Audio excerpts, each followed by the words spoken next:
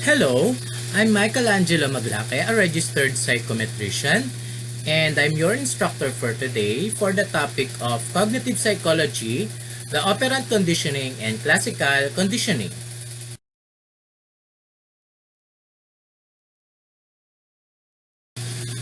The man that you could see in this picture is Boris Frederick Skinner himself. And we'll talk about Boris first before we go further in discussing his theory on learning of the operant conditioning. Well, Boris Skinner developed the concept of instrumental learning, and he contended that the most significant human behavior falls under the general heading of operant behavior.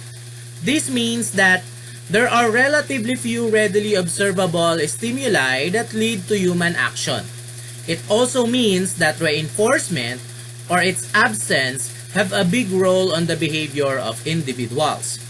Well, Skinner's basic approach is a functional analysis of the relationship between the observable behavior and the external variables that preceded the behavior. His stimuli response notions are intended to identify those elements of the environment associated with the occurrence of a behavior or a response. And teaching machines and behavior modification in the classroom are examples of the applications of Skinner's theory in educational practice. Both involve manipulation of the environment to produce the desired behavior. And his theory, the operant conditioning, it is said that human behavior consists of emitted responses which are voluntary in nature. These responses are presumed to be part of the basic biological makeup and will occur sooner or later during the life of the organism. It is necessary to know the specific stimulus that precedes such responses, and it is not enough to know that they will occur with some frequency or what you call the operant rate. Well, learning amounts to a change in the operant rate, the raising or the lowering. And reinforcements or failure of reinforcements of such responses bring about such changes when they occur. To do something which one desires and avoid something which is unpleasant operates within the environment.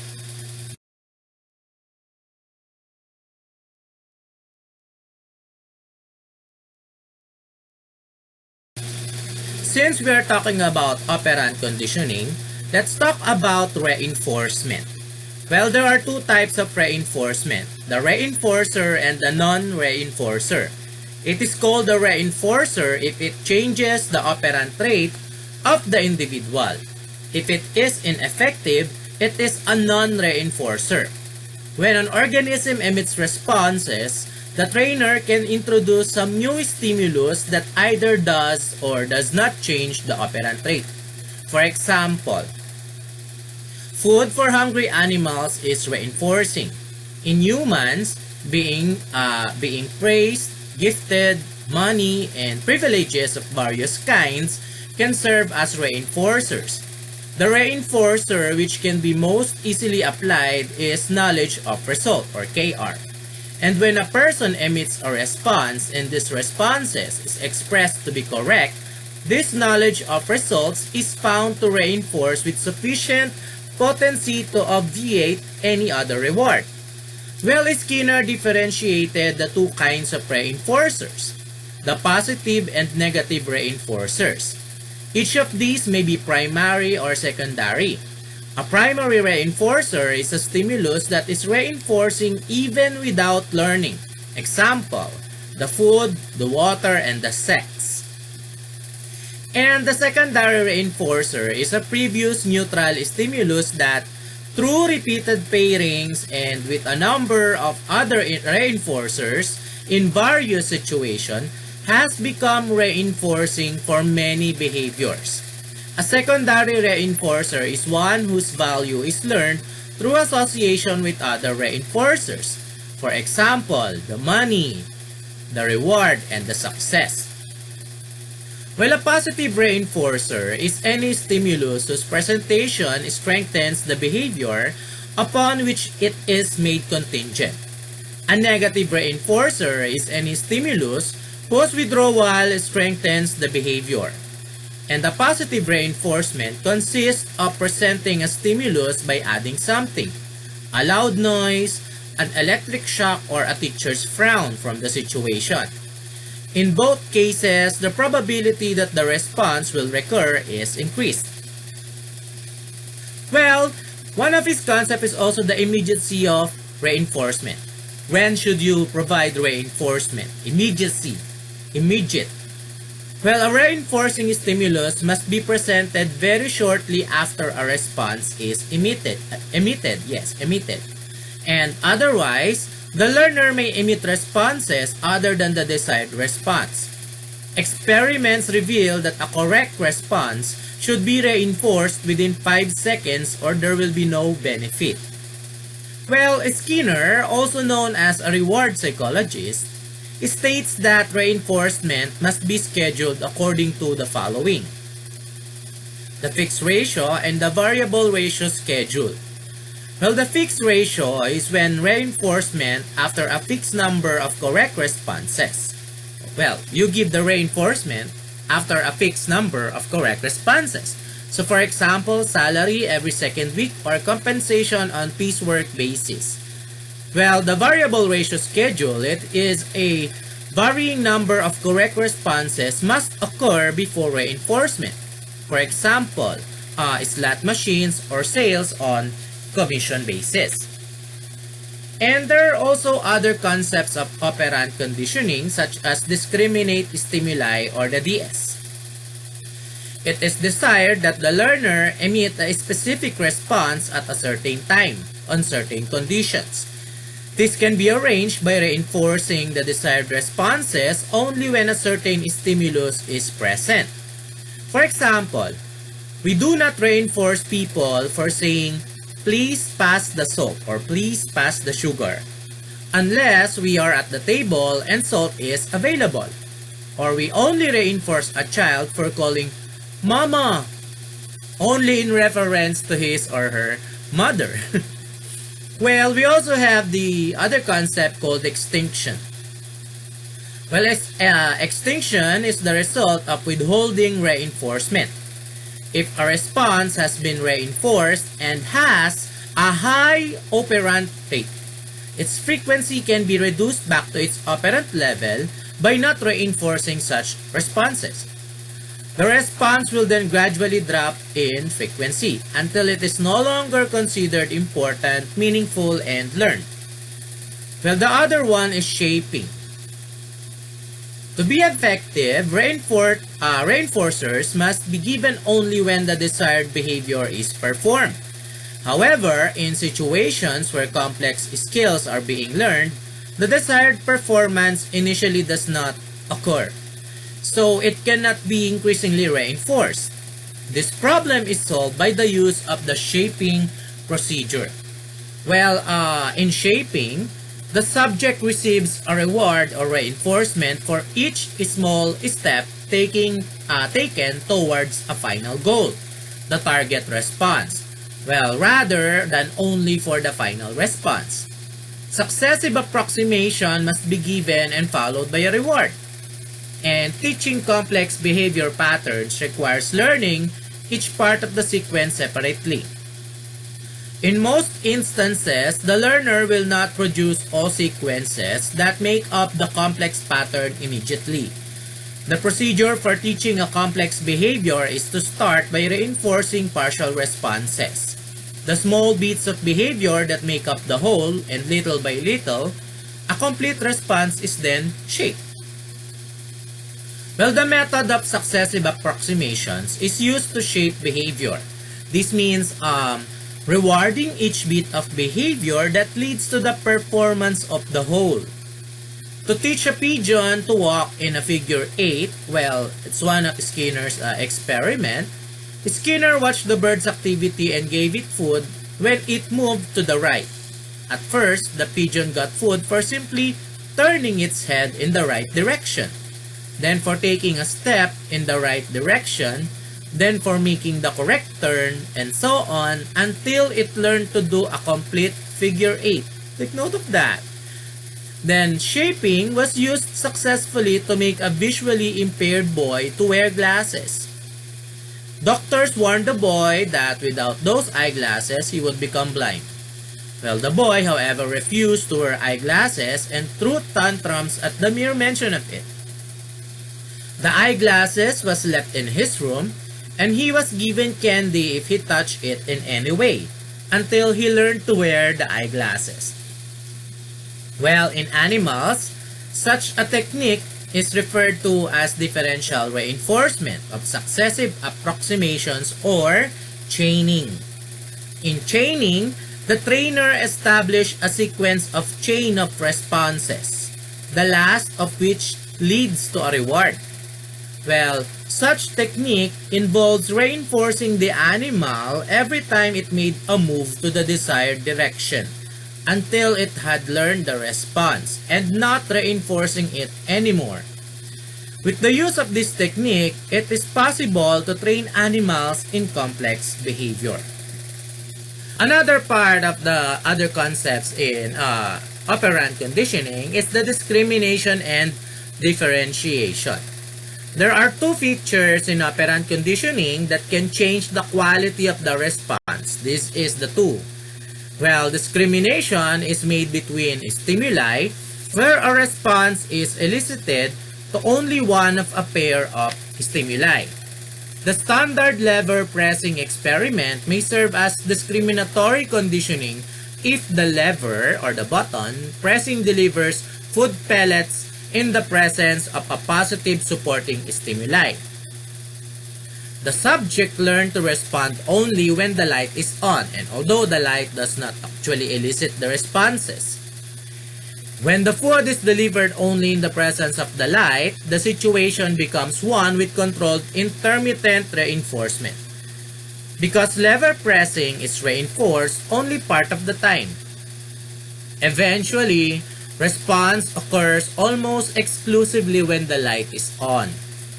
Well, the resistance to extinction that is built up at this stage is not just ordinary reinforcement. There are two operant with the same form of response, one with the light on and one with the light off, which are selectively reinforced and extinguished. There is an interaction called induction by Skinner, which corresponds to Hall's generalization, which states that whatever happens to one operant affects the other to some extent. Well, these are the following explanation of this interaction. It is said that responses accumulated in the presence of the positive stimulus are available in the presence of the negative stimulus. This is the principle of inductive conditioning or generalization. Another one is that response emitted in the presence of the negative stimulus is no longer available under the positive stimulus. This is the principle of inductive extinction. Well, selective reinforcement and extinction increase the number of responses available chiefly in the presence of the positive stimulus. That is the positive half of the principle of discrimination. And the response acquired in the presence of the positive stimulus may become less readily available under the negative stimulus. This is the negative half of the principle of discrimination or the breakdown of induction. Well, differentiation is a response which is altered or adjusted to suit the situation. The complexities of behavior can be understood according to discrimination and differentiation arranged into appropriate chains or of patterns. In operant conditioning, reinforcement can be made contingent on other. Well, it is said that the properties of accompanying stimuli when the result is discrimination and the properties of the response when the result is differentiation. Well, the basic rule of operant conditioning is that the response must occur before it can be reinforced. Extreme forms or values can be obtained by successive approximation. Operant responses are emitted with an original range of form or intensity, such as Hall's response of oscillation or the like. If only the more extreme values are reinforced, the whole distribution shifts so that higher values may be obtained, and the training method of successive approximation permits the final learned behavior to be very different from what was originally emitted.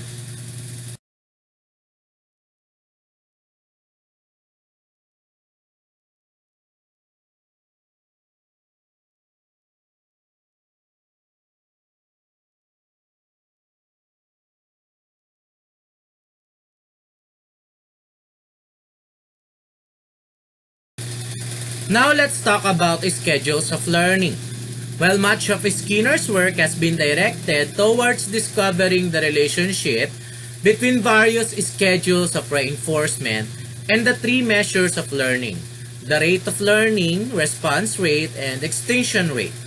Well, the following, these three are one of his most important findings. It is said that it appears that continuous reinforcement is not effective with respect to the rate of learning. This means that initial learning, particularly for young children, probably requires more reinforcement than later learning. And the students often receive this reinforcement in the form of attention or knowledge that they are performing correctly. Although continuous reinforcement often leads to more rapid acquisition, it does not usually result in longer retention of what was learned. Well, furthermore, it was found out that the rate of extinction for behavior that has been reinforced continuously is considerably faster than for behavior that has been reinforced intermittently. The best schedule for reinforcement should initially be continuous, later reinforcement should be intermittent. And the response rate may be controlled to follow a schedule. In Skinner's experiment, pigeons reinforced on a random ratio basis exhibited a uniformly high and constant rate of responding. Well, there are certain applications of Skinner's operant conditioning. One is capacity.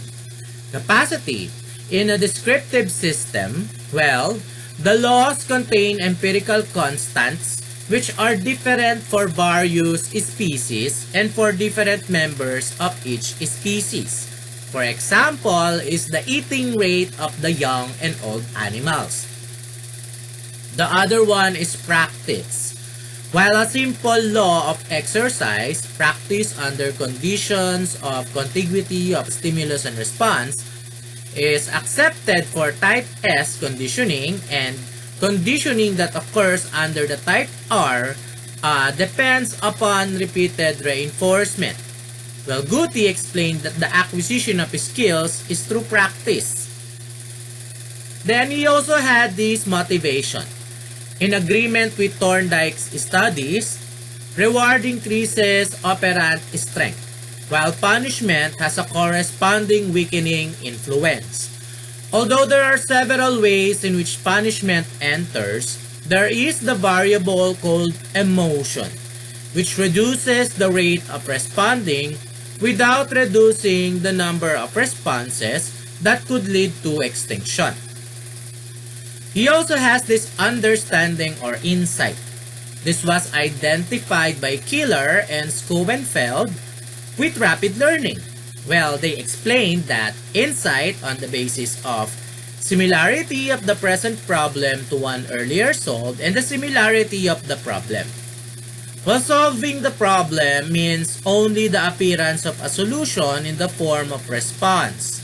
Skinner believes that the technique of solving is merely that of manipulating variables which may lead to the emission of the response.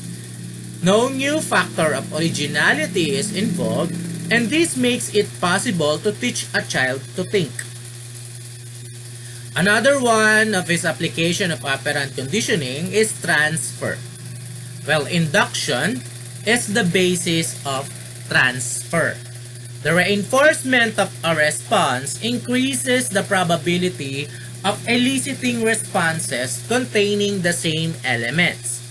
Similarly, the control acquired by a stimulus is shared by other stimuli with common properties. The next and the last one in his applications of operant conditioning is forgetting. He said that there is no special theory of forgetting. There is a distinction between extinction and forgetting. Well, forgetting is carefully maintained while extinction is retained. Spontaneous recovery does not mean that extinction is reversed, for extinction is the result of the weakening of the conditioned response. Well, there are certain practical applications of operant conditioning, such as the schoolroom learning, the verbal behavior, and psychotherapy. Well, schoolroom learning is a social experience of everyone, as well as an opportunity to learn addition, subtraction, and multiplication, and more. It is said that no new machine will make the teacher superfluous. Wow. And Skinner designed the program to increase the efficiency of teaching in arithmetic, reading, or spelling by using a mechanical device expected to prove superior to the usual teacher. The use of computer-assisted instruction is patterned after Skinner's program. Well, Skinner is the very first person who used a computer in history. Then, the verbal behavior. It is said that language is the most clearly distinguishing feature of human behavior. Skinner produced a phonograph record composed of chance groupings of speech sounds, which were meaningless. Well, the record is called verbal summator, which was used to study the read into sound by the listener. This experiment was used with word association, alteration, and other sound patterns. While in psychotherapy, the need for psychotherapy is said to result from excessive control by other people, especially through punishment, where the individual is either incapacitated or rendered dangerous to himself or to others. And these consequences are either emotional, the fear, anxiety, anger, rage, depression, and more, or physiological, as revealed in the operant behavior, eating disturbances, drug addiction, excessively vigorous or restrained behavior, defective discrimination of stimuli, aversive self-stimulation, and more. The therapist constitutes a non-punishing audience, and with this kind of relation, therapist and patient, responses repressed by punishment tends to return. Well, the appearance of previously punished behavior in the presence of the non-punishing therapist makes possible the extinction of some of the effects of punishment.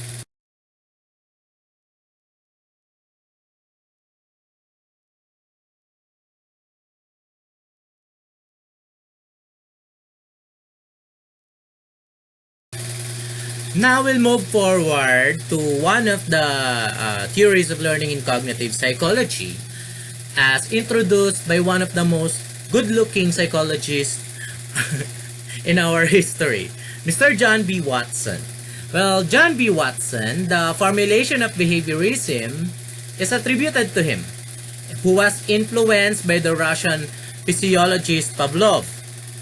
It should be noted that there were other earlier behaviorists, including such well-known psychologists as A.P. Weiss, A.B. Holt, W.S. Hunter, K.S. Lashley, and P.J. Franks. Well, Watson was the first to receive a doctorate in psychology from the University of Chicago. His dissertation was on learning in rats. He was ready to confront both the structuralist and behaviorist.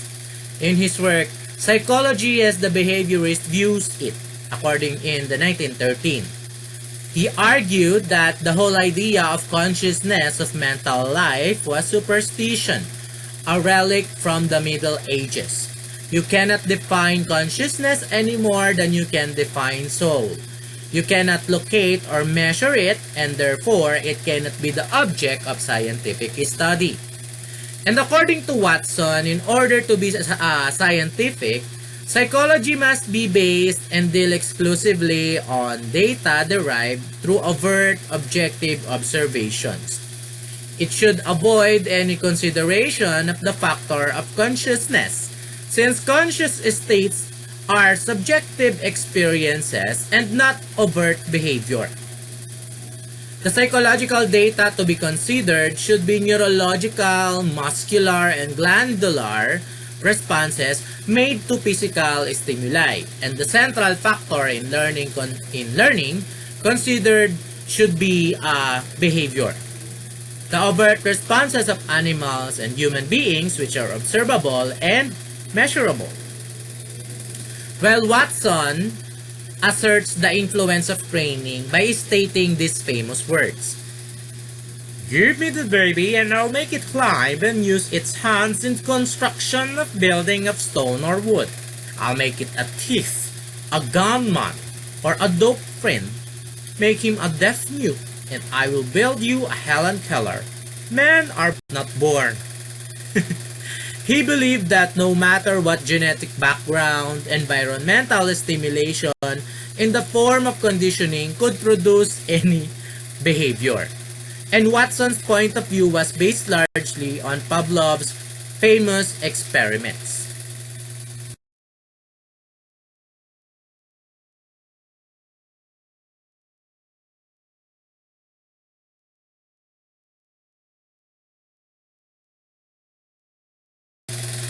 Now let's talk about Watson's points of view. Well, as you've heard from our last slide, well, his view is based largely on Pavlov's famous experiments. Some years before Watson's article appeared, and Pavlov noted that the dogs in his laboratory began to roll as soon as they heard their feeder coming, even before they saw their dinner. He thought that salivation was a natural response in the presence of food, so he found the dog's anticipatory response odd. Well, Pavlov decided to see if he could teach them to roll at the sound of a ringing bell, even when no food was in the room. He explained the results as follows. All behaviors are response to some stimuli or stimulus or agent in the environment. And in ordinary life, food makes a dog salivate. All Pavlov did was to train his subject animals to respond to the sound of a bell as they responded to the presence of food. He called this training conditioning. In showing that conditioning could also eliminate fears, well, Watson trained little Albert to be afraid of rats. Well, this is the little Albert experiment. He presented Albert with a white rat. Albert initially showed no sign of fear.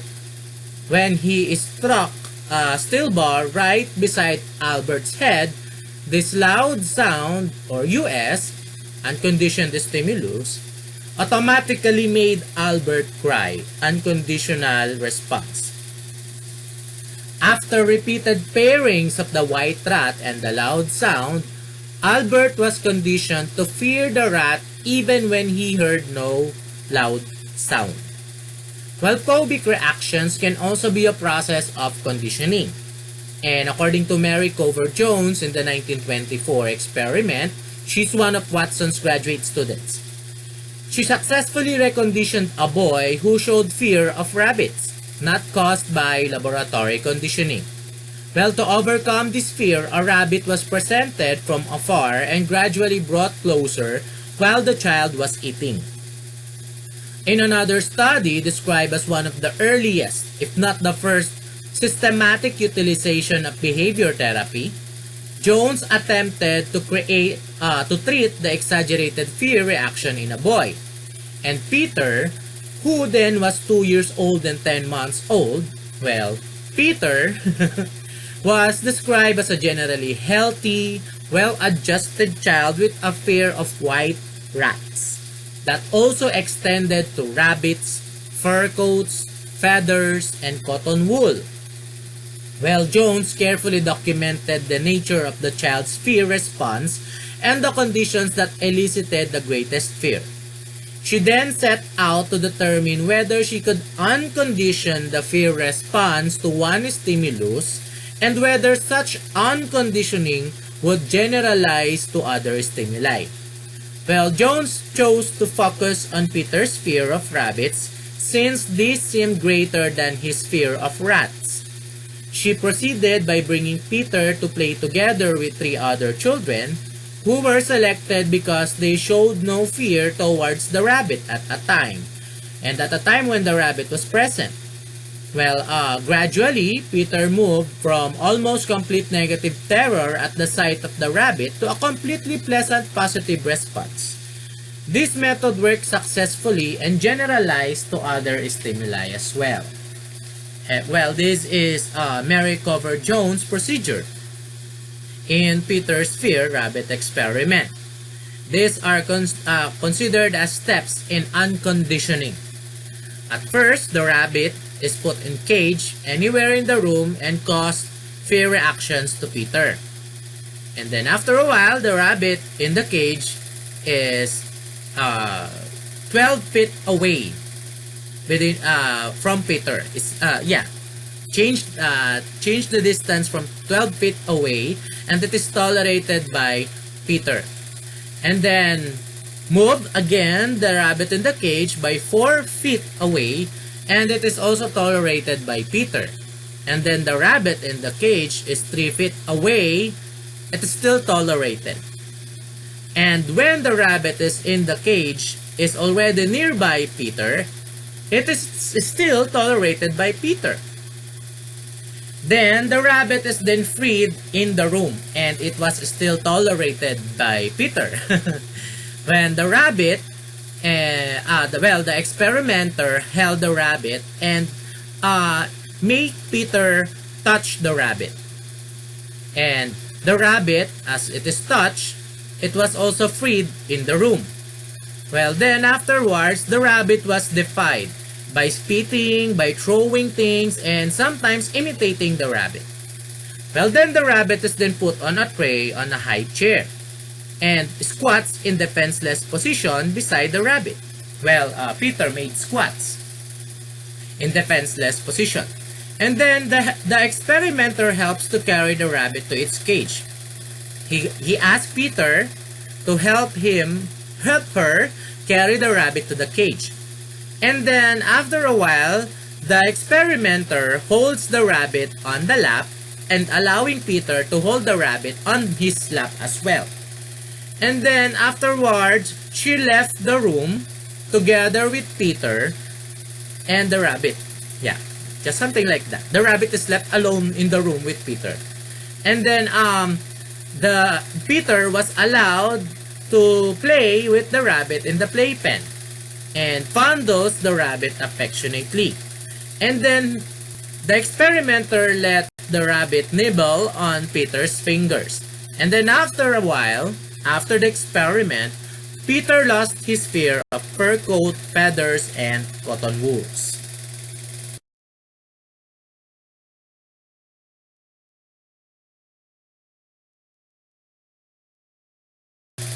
Thank you for watching. I hope you learned something from our discussion on cognitive psychology about operant and classical conditioning. I hope you would subscribe for more lecture video presentations. Thank you everyone and God bless.